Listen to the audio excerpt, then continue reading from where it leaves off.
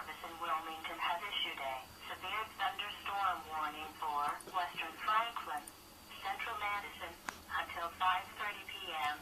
At 4:48 p.m., radar indicated a severe thunderstorm capable of producing quarter-size hail and winds to 60 miles an hour. The storm was located near Newport, moving east at 25 miles an hour.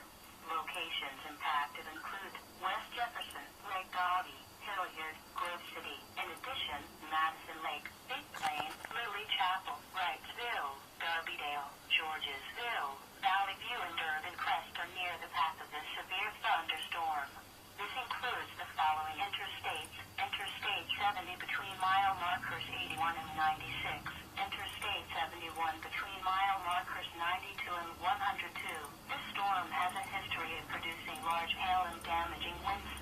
Seek shelter now inside a sturdy structure and stay away from windows. To report severe weather, go to our website at weather.gov/on and submit your report via social media when you can do so safely.